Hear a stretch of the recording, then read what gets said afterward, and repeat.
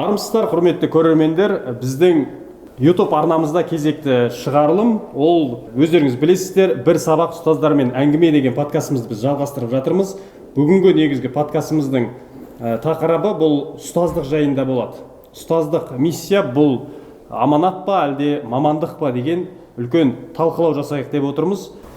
Ал қазір енді біздің осы подкастымыздың қонақтарымен таныстырып жіберейін. Ең бірінші бізде ұлағатты ұстаз, 30 жылдан артық еңбек жолын осы білім саласында арнап жүрген, оның ішінде 18 жылдай басшылық қызметте атқарған үлкен ағамыз, Асан ағамыз.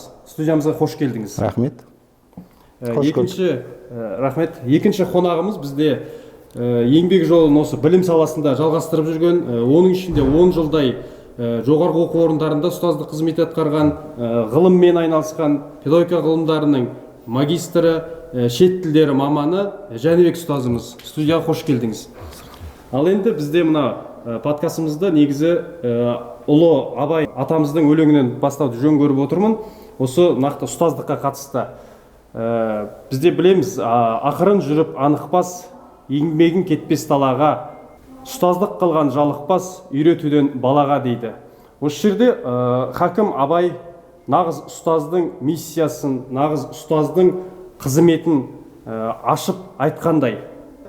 Бізде ең бірінші сауал, өздеріңізге қойылатын сауал, бұл мынау ұстаздық жолға қалай келдіңіздер? Оған не түрткі болды? Мынау ұстаздық жолды таңдау бұл жүректің қалауы ма, әлде бұл заманның ырғағына қарай бұрылу ма? Сол жайында енді өзіңіз Асан аға айтып өтсеңіз. Кеш жарық. Қош көрдік. Бүгінгі ұстаз деген ұлағатты атты алып, осындай үлкен шараға шақырып жатқандарыңызға рахмет. Енді заманымыздың үлкен ақыны Мағжан Жұмабаевты айтып кеткен ғой. Алты алаштың басы қосылса, төрдегі орын ұстаздікі деп. Әрине, ұстазсыз ешқандай адам дамиды алмайды, ол өмірде өзіндік орнын баса алмайды. Бізде енді өмірге келгеннен кейін бәрімізде сол мектепті көргенбіз, мектептегі ұстаздарымыз. Менің алғашқы ұстазым Зейнеп Бектұрова, Биғазина Айткамал, және менің ұстаздыққа келуіме қазақ әдебиет пәнінің мұғалімі Зәйтуна Сырайылованың өте үлкен рөлі болды. Ол кісі бізде мектепте қазақ әдебиет пәнінен сабақ берді. Сол кезде бізде драма үйірмесі болды. Осы драма үйірмесінде біз әр рөлдерді ойнай отырып тәрбиелендік десек те болады. Сақананың не екен, ұстаздығы не екен? Ұстазды жақсының ұстамы жақсы дейді ғой. Ұстаз ол жүректің қалауы. Сол ұстаздардан көрген білгенімізді, сол кісілерге талпынғанымыз, осындай болсақ, сол кісілердің беделіндей болсақ, бізде халыққа азмаз болашаққа тәрбиесіне өзіндік үлес қоссақ деп осы жолды таңдадық, өз басым. Керемет, жақсы. Өзіңіз сол сұраққа жауап беріп өтсеңіз. Кеш жарық. Аман есенбісіздер. Қуаныштымын осындай әңгімеге. Ұстаздық аманат па, әлде жүрек қалауы ма дейді. Ұстаздық мамандық болмай тұрып, мектеп қабырғасында өте ұлағатты ұстаздардан тәлім алдым, сабақ алдым. Солардай болсын деп өзімді іштей қызығушылық болды. Соларға қарап үлгі өнеге алдым. Ол бір екіншіден ата-анам мұғалім, солар ықпал етті. Ағам ол да мұғалім. Солардың әсерінен мүмкін солардың өзімнің қалауым бар, жүрек қалауы бар. Солардың барлығы маған әсер етті. Мұғалім болуға, осы мамандық, осы жолға түсуге. Жалпы білім, мұғалім ол ұстаз болашақтың кез келген балалардың, оқушылардың қандай да бір маман иесі болуға, қандай да бір елге қызмет жасауға, бастапқы, алғашқы солға жол көрсететін, әріпті үйрететін, сауатын ашатын, бүкіл мамандықтың бас болуына үлкен себеп үлкен себеп әсер етеді. Сондықтан ұлағат ұстаз ол бір үлкен бір жолдың алдыңғы үстіне бір жауапкершілік беретін, соларға үлгі өсиет, жақсы тәрбие беретін бір жақсы қалыптасушы ұстаз деп ойлаймын. Жақсы, тамаша, жауаптарыңызға рахмет.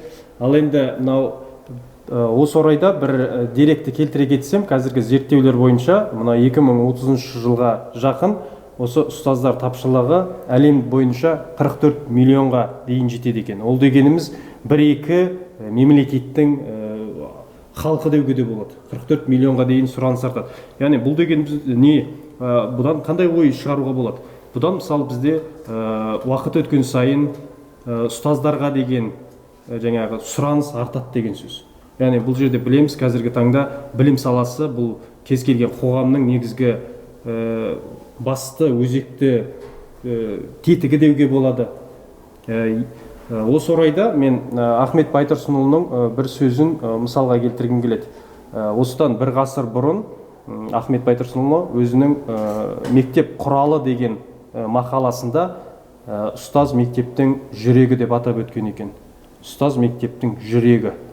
Және тағы айтқан сол мақаланың ішінде осы білімі бар және сол білімді балаға үйрете алатын ұстаз деп көрсеткен екен сол жерде. Соны біз қалай түсінуіміз керек? Жалпы ұстаздық миссия дегенді өздеріңіз қалай түсінесіздер? Осы жолда жүрген, осы ұстаздық жолды ұстап жүрген адам ретінде ұстаздық бұл миссия дегенді қалай түсінесіз? Ұстаздық миссияны өз тәжірибем бойынша ұстаздық миссия дегенді, ұстаз ол бүкіл ұлттың аманатын арқалаған адам деп түсінемін. Себебі ұлттың болашағы жастарда. Сол жас ұрпақ тәрбиелейтін қазіргі біздің ұстаздар. Сондықтан кезінде мысалы үшін Қазақ даласында мектеп ашқан ыбырайлар, сол ыбырайдың ашқан мектебінің сол кездегі қандай дарынды балалар, сол Ахмет Байтұрсыновтар, кешегі Алаштың көсемдері, сондай дарынды балалар қазіргі таңда неге азайып кетті деген кейде сұрақтар болады. Екінші мені мазалайтын, Қазақстанда 7000-нан астам мектеп болса, соның ер азаматтардың, ұстаздардың аздығы. Қазіргі таңда балалардың, әсіресе ұл балалардың отансүйгіштікке, өз отанын, ұлтын қадірлеуге үйрету үшін, патриоттық тәрбие беру үшін ер азаматтардың мектепте көп болған жақсы болар еді. Соларға өкінішке орай, бірақ жастар қазіргі таңда ұстаздық мамандықты көп таңдамайды. Қазіргі осы уақытта егеменді Қазақстанымыздың бертінгі жылдары ғана ұстазға деген бетбұрыс байқала бастады.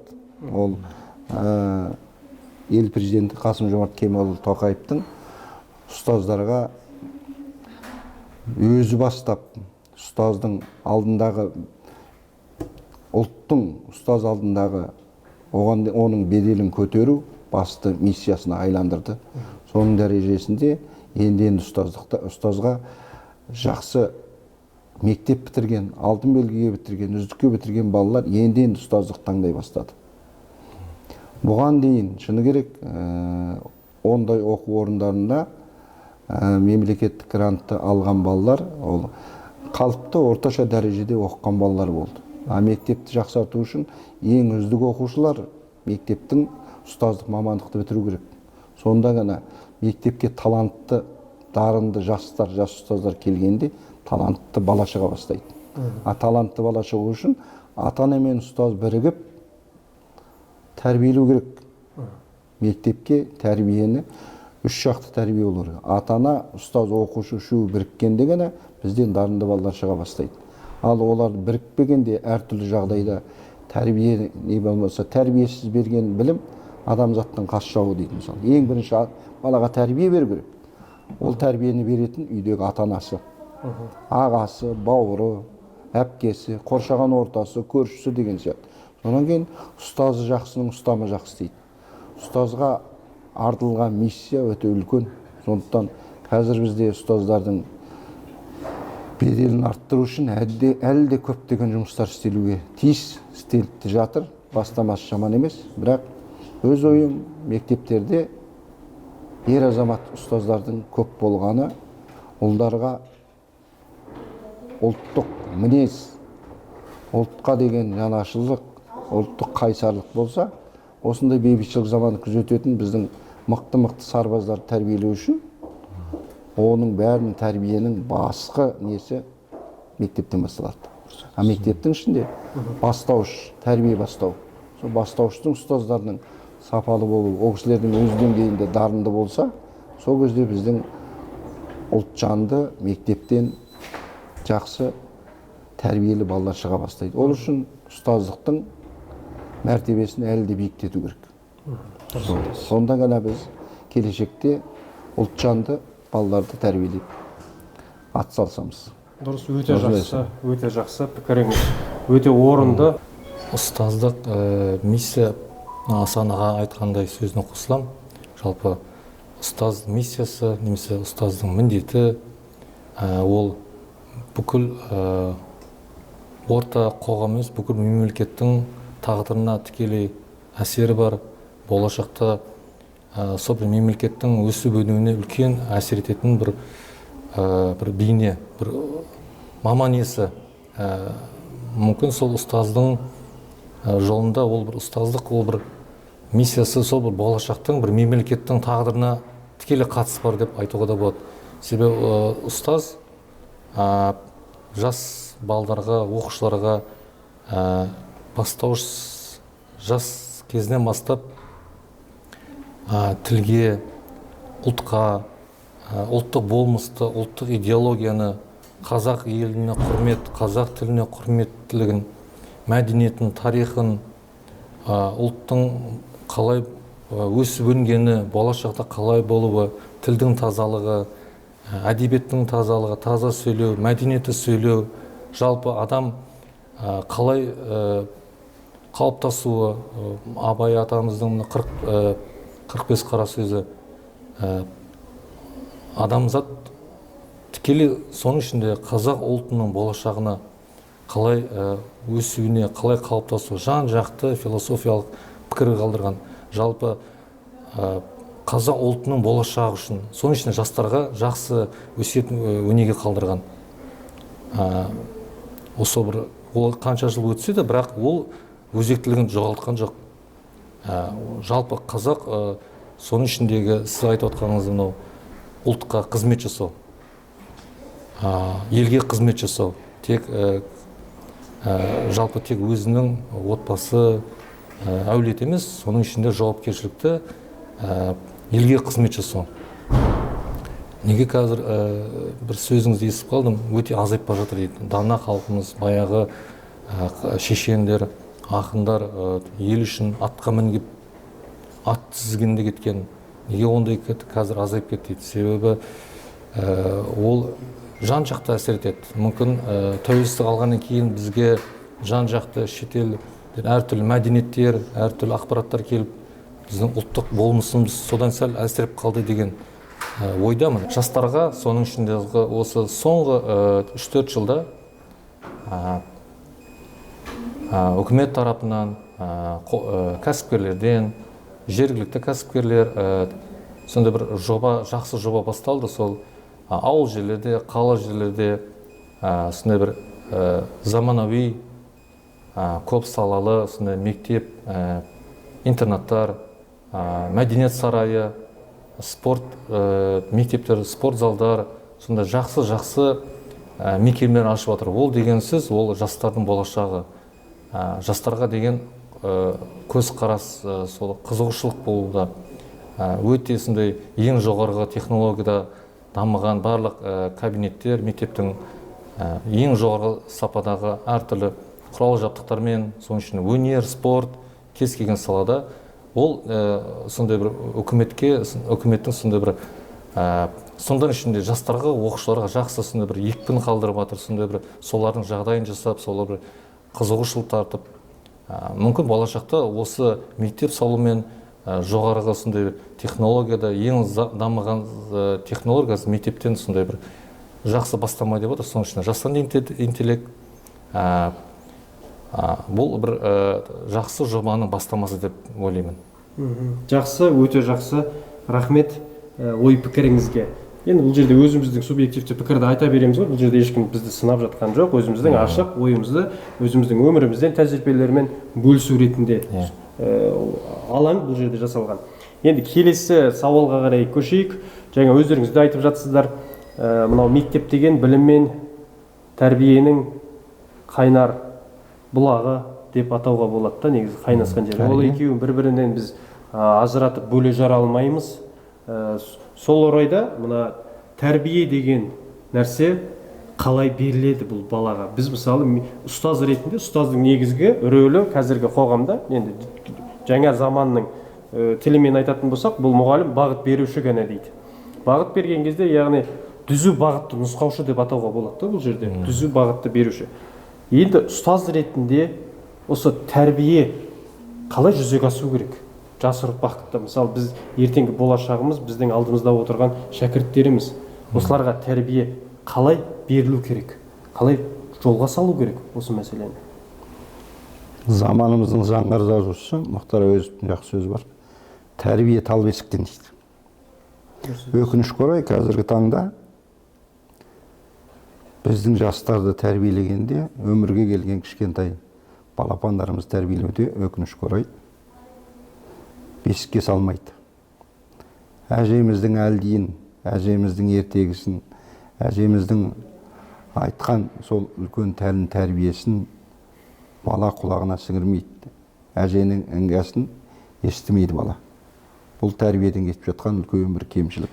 Себебі қалалы жерлерде мүлдем балалар бесіктің не екенін білмейді. Бесікке салынған бала ол өте таза, әмбе оның бесіктен демалған ауаның өзі, ондағы қазақи тәрбиенің өзі, ананың өзі баланы бесікке тербете отырып, бір қолымен әлемді, бір қолымен бесікті тербетеді дейді. Ананың алдында үлкен миссия бар. Сонан кейін екінші біздің өкінішке орай аналарымыз көбі қарагөз қарындастарымыз ана тілде баланы тәрбиелемейді. Қазір біздің егеменді еліміз келесі жылы, биыл Құдай қаласа 35 жыл болды ма, әлі ана тіліміз өзінің тұғырына қонған жоқ. Ол тұғырына қона алмай тұрған ана тілді қондырмай отырған өзіміздің ұлтымыз, басқа ешкім емес. Себебі басқа ұлттар бәрі қазақ тілге деген қызығушылығы артып, кейбір орыс тілді журналистеріміздің өзі қазақша сөйлегенде біздің қазақ тілді журналистерден артық сөйлейді. Бұл ұлтқа деген, біздің қазаққа деген құрмет, тілге деген. Былай айтады ғой, ана тілің арың бол, ұятың боп тұр бетте. Өзге тілдің бәрін біл, өз тіліңді құрмет дейді. Бізге ең бірінші тілге деген құрмет болмай, тілге деген анамыздың ақ сүтімен бізге берілген тілге деген құрмет болмай, тәрбие ешқандай қазақтың тәрбиесі алдыға басады деп ойламаймын. Сондықтан әжеміздің, аталарымыздың берген тәрбиесін ешқандай университет бере алмайды. Қазақтың сайын даласының, қазақтың салт дәстүрінің қазіргі таңда жаһандану дейді ғой. Әлемде біз қазақ ұлты болып қалыптасып келе жатқанда жаһандық үрдіске жұтылып кетпеу үшін біздің ұлттық код дейді ғой. Осы ұлттық кодты сақтап қалу үшін бізді сақтайтын бірден бір салт дәстүріміз. Ол тіліміз, дініміз, діліміз.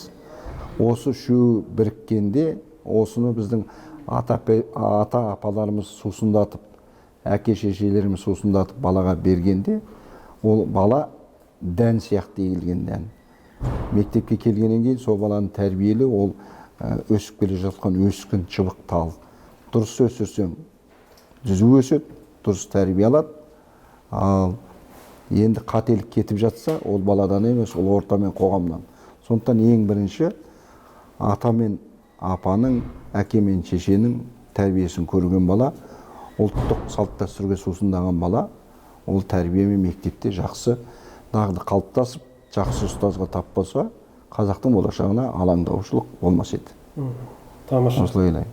Тамаша, керемет. Ең басты менің ойымша тіл.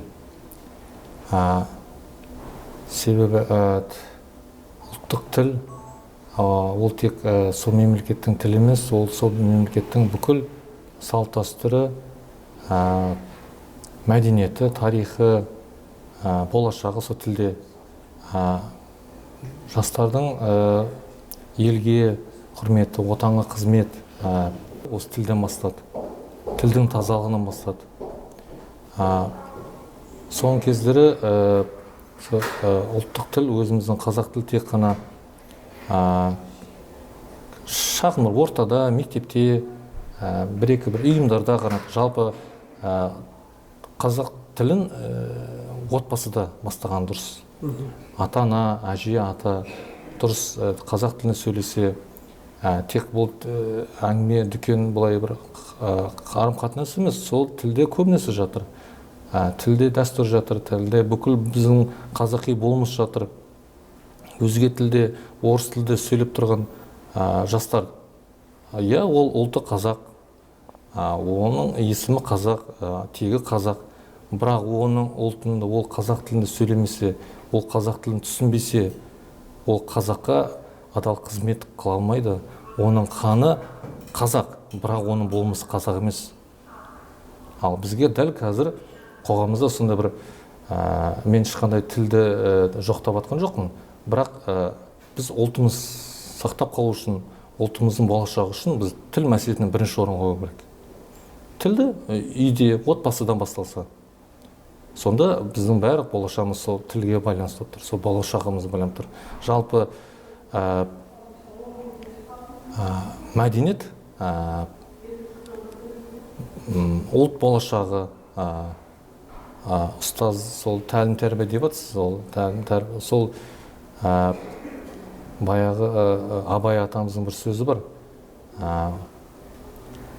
Жалпы ұстазға қатысты, жалпы кез келген мамандық қатысты. Біз алдымен тәлім тәрбиені ұстаздың өзі қалыптастырды. Мысалы бір жақсы сөз бар. Баяғыда бір жайлауда бір шопан, жас бір бала, шопан мал бауып жүр дейді. Сөйтіп арғы бетте қатты ағыс бұлақ өтіп жатыр екен. Сол жас жігіт сол арғы бетке өту үшін қатты ағыстан алдыңғы мынау ешкіні лақтырып жатыр екен. Ұрып соғып, сонда жақын жерде жүрген бір дыбыстардан атымен шауып барады. Сөйтсе жас бала сол текені ұрып соғылып, сол арғы бетке лақтырып жатыр екен. Сонда тоқтап, мән-жайын түсініп, не үшін олай істеп жатыр? Кейін барып, өзі үлкен кісі сол жерде көрсетіп, қандай да бір мәселені, қандай да бір дауды шешетін болсаң, алдымен өзің баста. Сөйтіп, сол өзді өзінің шекпенін шешіп, қатты ағысқа өзі жүзіп өтеді. Одан кейін барып, шопанның қой ешкілері өтеді.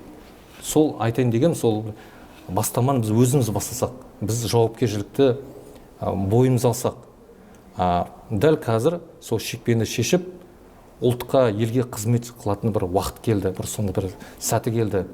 Егер біз осыны бастамасақ, осының қазақтың дәстүрін тек мынау ұлттық киімдерді тек Наурыз мерекесінде емес.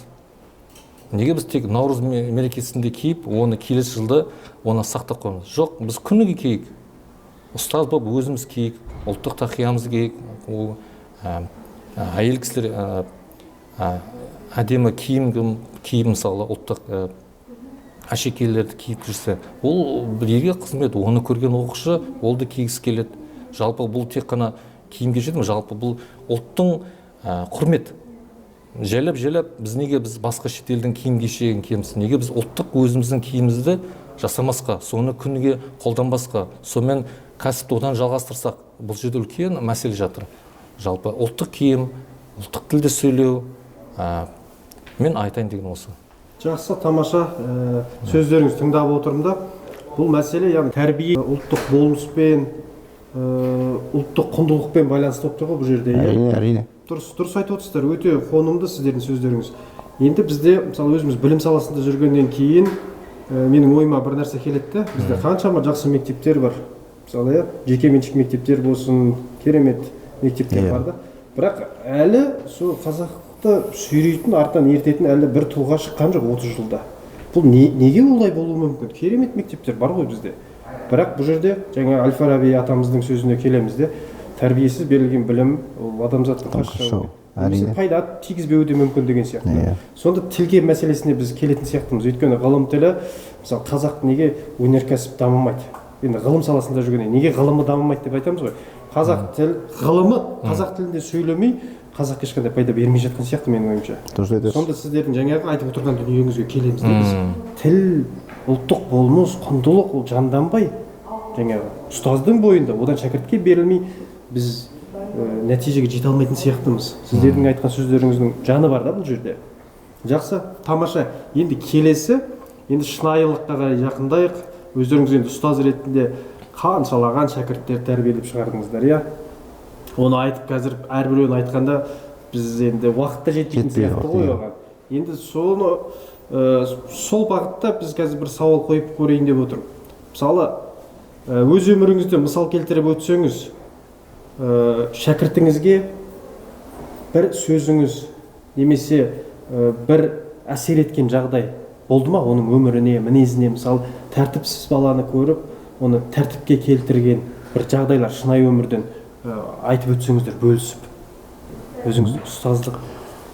Біздің ұстаздық енді 30 жылдан аса уақытта қаншама шәкірттеріміз Қазақстанның әр түкпірінде, шетелде өздерінің тәлімін, тәрбиесін, білімін көрсетіп жатыр. Соның ішінде енді қазір Қорғаныс министрлігінің шекаралық несін істейді. Айып Серік деген менің оқушым, осынан 2 жыл бұрын 40 жасқа толды сол бала. Тойына шақырды, сонда барғанда өзіне кезек келгенде дейді: Асан аға, сіздің берген 1 сағаттық тәрбиеңіз сол кезде темекі жайлымен аш сабақ өтіп, зияны, темекінің балаға зияны. Сонда сіз қатты, содан кейін біздің класстан ешбір адам темекі тартқан жоқ дейді. Күні бүгінге шейін сіз көз алдымызға келесіз, соның зияндығын айтқанда бір көзіңізден жас шыққанша соны бізге түсіндірдіңіз, темекінің зиянын. Сол берген тәрбиеңізге сіздің рахмет деп 250 адамның алдында енді сонда бір тәрбие сағатының бір классқа қатты әсер еткенін, оның денсаулығына баланың әсер еткенін мен өзім, енді ұстаздың мәртебесі сол ғой, шәкіртімен. Шәкірті жақсы ұстаз өзінен шәкірт озған деген. Қазір осы подполковник дәрежеде жұмысын істеп жатыр, балалы жағалы. Сол бір берген тәрбие сағатынан бүкіл сол жылғы бітірген 98-дей бала бітірді сол жылы. Сол балалардың, ұл балалардың бәрі күні бүгінге шейін темекі тартпайды екен. Соны маған айтты. Соған өзім қатты қуанып қалдым. Осындай бір мысалы бар. Тамаша. Тамаша, керемет. Тәрбие мәселесін одан ары қарай жалғастырайық. Бізде енді жалпы оқиғаны айтып көрейік. Мысалы, мектеп өмірінде жүргеннен кейін біз әртүрлі жағдайлармен ұшырасамыз енді. Әртүрлі жағдайлар бар. Біз түзету, бағыттау ол біздің міндетіміз болып табылады ұстаз ретінде. Әртүрлі жағдайлар бар. Өйткені өмірде бізде қайшылықсыз, шиеленіссіз елестету мүмкін емес қой, әртүрлі жағдайлар өтеді. Мысалы, сондай келеңсіз оқиға кезінде біз конфликтіні дейміз ғой, мысалы, қалай шешеміз? Қаталдықпен бе? Сіз қандай әдісті ұстанасыз? Мысалы, бір оқушының бір тәртіпсіздігін, немесе бір тәртіп бұзуын байқадыңыз, бір мәміленің жолы бар ма сіздер үшін? Баланың бойынан кемшілік көргенде, баланың өзімен жеке ғана жұмыс жасау керек. Ол кемшілікті сен сөйттің деп қатал тәртіпте емес, оған өмірден мысал келтіріп, сол ретінде жеткізу керек. Бұлай істеуге болмайды. Өзің қалай ойлайсың? Мысалы, әңгіме ретінде соны өзім қысқаша әңгімеге жеткіземін мен. Осындай бір бала болыпты, ол сөйтіпті, ол әке-шешесі ол балаға деген өзінің барлық ынтасын, жігерін, баланың не қажет екенін бәрін әперіп отырыпты. Осындай керемет мектепте сол бала оқыпты. Күндердің өмірінде ол бала байқаусызда еркелікте ме, абайламай осындай бұзықты жасап қойып. Осы жерде әкесі мен анасы оған ренжи ме, ренжімей ме? сол баланың орнында болсаң өзің не істер едің деп айтсаң ана балаға, ол өзі туралы ойлы бала болса өзі туралы айтылып отырғанын біледі. Қазір кешірім сұрайды да, келешекте ол түзеле бастайды. Баланың мінін көпшіліктің өзінше айтуға болмайды еш уақытта. Менің іс тәжірибемде солай.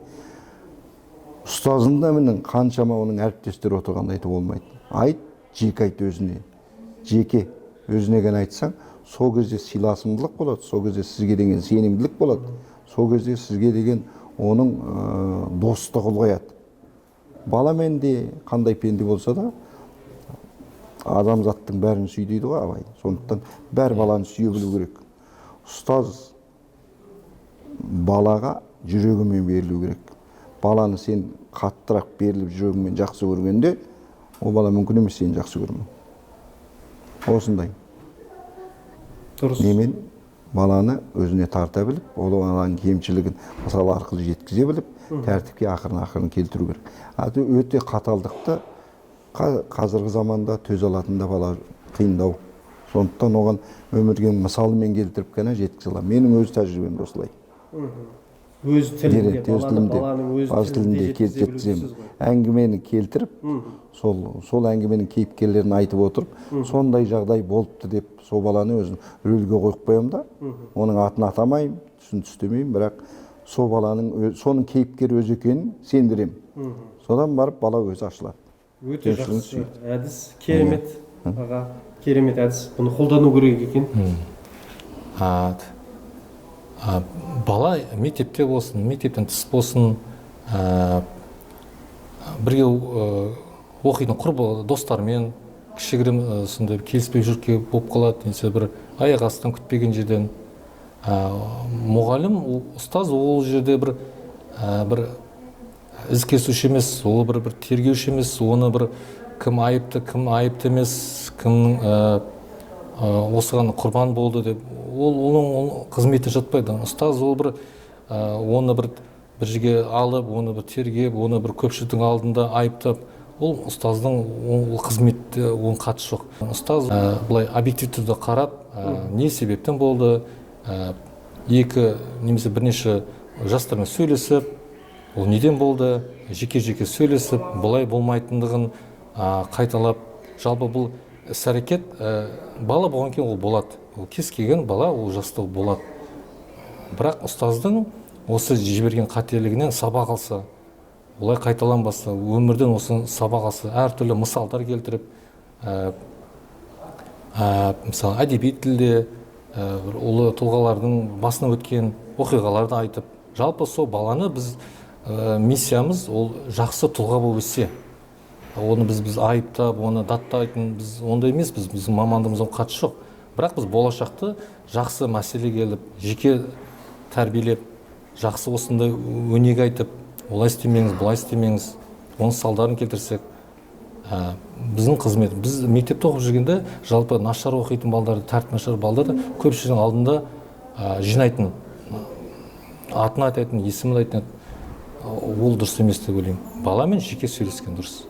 Дұрыс бағыт берсе, бала ол өзінің қателігін түсініп, жақсы болуға әрекет жасайды. Ол сенімділігін айтты. Ата-анасына айтпай, баламен жеке сөйлескені ол балаға жол ашты. Оның сенімділігі, оның ішкі басқа да бір қырларын тануға. Мысалы, осы мектептің өзінде әртүрлі ұйымдар бар, парламент бар, басқа да бала өнерге, спортқа, басқа да жағынан көрінуге әсер етеді.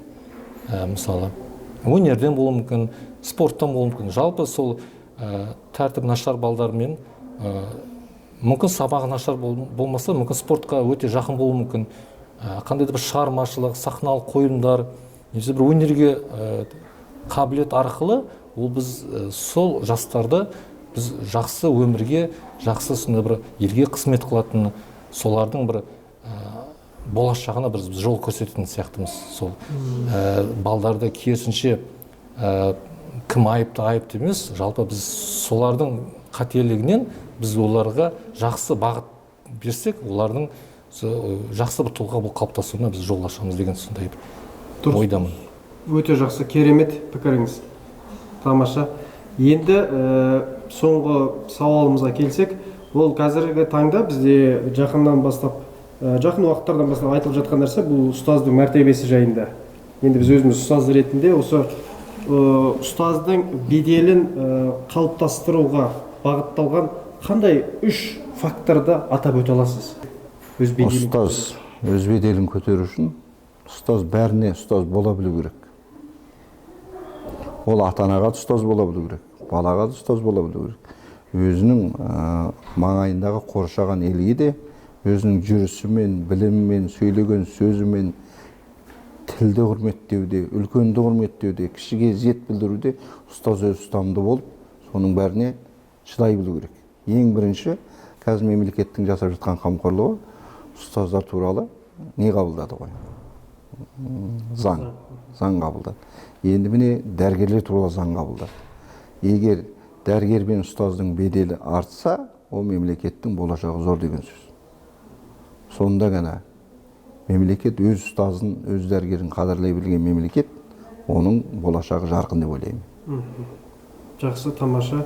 Өзіңіз осы орайда, Жәнібек ұстаз беделін арттыратын үш негізгі фактор. Беделін арттыратын, жалпы ұстаздың беделін арттыратын жауапкершілік, мамандыққа құрмет, сенім деп ойлаймын. Жалпы мысалы көрші мемлекет Қытайдың өзінде ең жоғарғы қатты құрмет тұтатын мамандардың бірі, Асан ағаны айтып кеткенде, сол бірінші дәрігер, екінші ұстаз. Себебі осы екі мамандық болашақтың өсіп өнуіне, жалпы олардың денсаулығына, сауаттылығына қатты тікелей әсер ететін мамандық.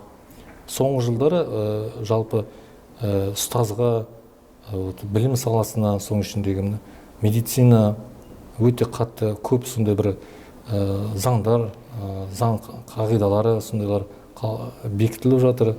Өте деген үлкен осы мамандыққа деген құрмет. Оның үстінде соңғы жылдары ұстаздарға, соның ішіндегі медицина саласына әртүрлі мемлекеттік наградалардың болуы. Ол бір сол болашақтың, сол бір жауапкершіліктің негізгі осы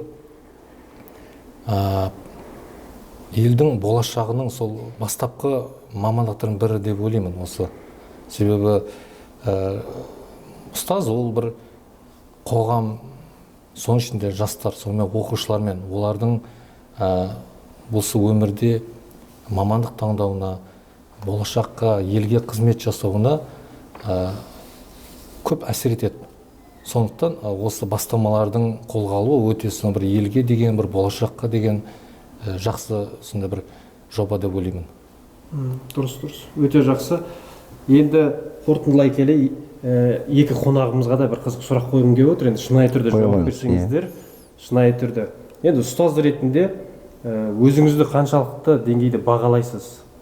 Көңіліңіз тола ма өзіңіздің ұстаз ретінде? Ұстаз ретінде өзіме әттеген-ай деген жерлер бар ма? Кеткен жерлер болды, оны жасыруға болмайды.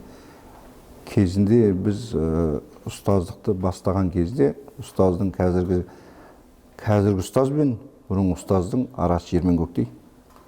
1,5-2 жылға шейін ұстаздардың жалақысы алмаған кезі болды.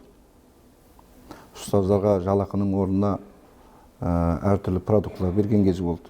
90 жылдардың басында егемендікті енді алып келе жатқан. Қазіргі ұстаздың бәрі жағдай.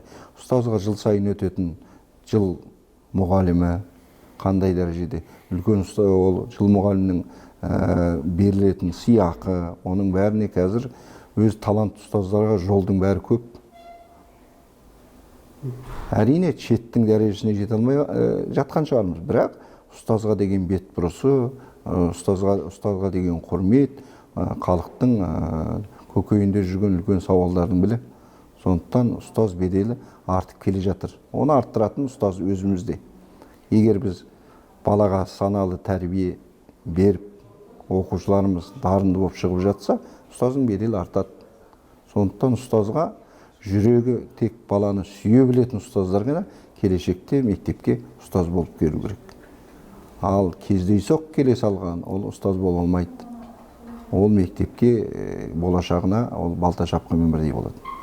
Өз жүрегімен, жүрек қалауымен келген ұстаз ол болашақта егеменді Қазақстанның дізгінін ұстайтын, ертең ұлттың өміріне жауап беретін тұлғалар тәрбиелейтін ол ұстаз. Сондықтан ұстаздық жолға біз тек дарынды балаларды ғана оқытып, солардан ғана ұстаздықты күтуіміз керек. Осындай деп ойлаймыз. Тамаша. Енді өзіңізді 10 балдық шкаламен бағалаған. 10 балдық шкаламен бағалағанда мен өзімді 7 балл берерім. Жақсы, тамаша. Шынайылығыңыз үшін рахмет. 7 балл берерім. Өзіңізге қандай баға бересіз? Кері байланыс қой, былайша өзіңізге берілген кері байланыс. Ұстаздық қызметіңізге беретін бағаңыз. Білетінімнен білмейтінім көп, әлі де болса көп жақтарды дамытқым келеді. Соның ішіндегі білім саласында, тәрбие саласында жалпы оқушы, бала ол бір ұстаздың алдына тұрған аманат деп ойлаймын. Елдің болашақтың аманат деп ойлаймын. Себебі оның өсуі, оның жақсы қалыптасуы ұстаздың тікелей қатысы бар. Білім алуында, тәрбие алуында, жалпы жақсы тұлға болып қалыптасуында сол бір аманатқа біз адал қызмет етіп, жақсы тұлғалар қалыптасқанға біз соны қалаймыз. Соны бір жақсы бір жас ізгі ниетте сонда бір әттеген деген жерлер бар. Мысалы